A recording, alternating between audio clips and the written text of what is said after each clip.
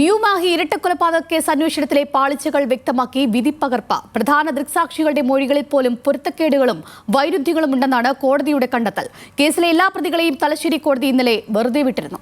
Prosecution ഹാജരാക്കിയ സാക്ഷിമൊഴികൾ വിശ്വസനീയമല്ലെന്നും സാധൂകരിക്കാൻ തെളിവുകളില്ലെന്നും വ്യക്തമാക്കിയാണ് കേസിലെ എല്ലാ പ്രതികളെയും തലശ്ശേരി അഡീഷണൽ സെഷൻസ് കോടതി കുറ്റവിമുക്തരാക്കിയത്.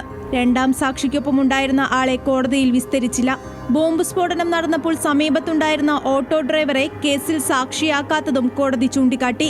രണ്ടാം പ്രതിയായിരുന്ന കൊടിസുനി ബോംബെറിഞ്ഞെന്ന് ആദ്യ മൊഴികളിൽ ഉണ്ടായിരുന്നില്ല. പിന്നീടാണ് ഇക്കാര്യം കൂട്ടിച്ചേർത്തത്. ആട് ഫാമിനുള്ളിൽ വെച്ച് വെട്ടിക്കൊന്നുവെന്നായിരുന്നു സാക്ഷിമൊഴികളെങ്കിലും ഇത് സാധൂകരിക്കുന്ന തെളിവുകൾ കോടതിക്ക് മുന്നിലെത്തിയില്ല. കൊല്ലപ്പെട്ട വിജിത്തും സിനോജും സഞ്ചരിച്ച ബൈക്കിന്റെ ഉടമയെ അന്വേഷണ പരിധിയിൽ കൊണ്ടുവരാതിരുന്നതും വീഴ്ചയായി. കൊലപാതകം നടന്ന് ആട് ഫാമിൽ നിന്ന് കണ്ടെത്തിയ മൊബൈൽ ഫോണുകളുടെ CDR വിവരങ്ങൾ അന്വേഷണ സംഘം കോടതിയിൽ സമർപ്പിച്ചിരുന്നില്ല. FIR-ൽ ആദ്യമുണ്ടായിരുന്ന ഭൂരിഭാഗം പ്രതികളും പിന്നീട് ഒഴിവായതും കോടതി പരാമർശിച്ചു. കൊലയിൽ പ്രതികളുടെ പങ്ക് തെളിയിക്കുന്നതിൽ പ്രോസിക്യൂഷൻ പരാജയപ്പെട്ടുവെന്ന് ചൂണ്ടിക്കാട്ടിയാണ് പ്രതികളെ കുറ്റവിമുക്തരാക്കിയത്.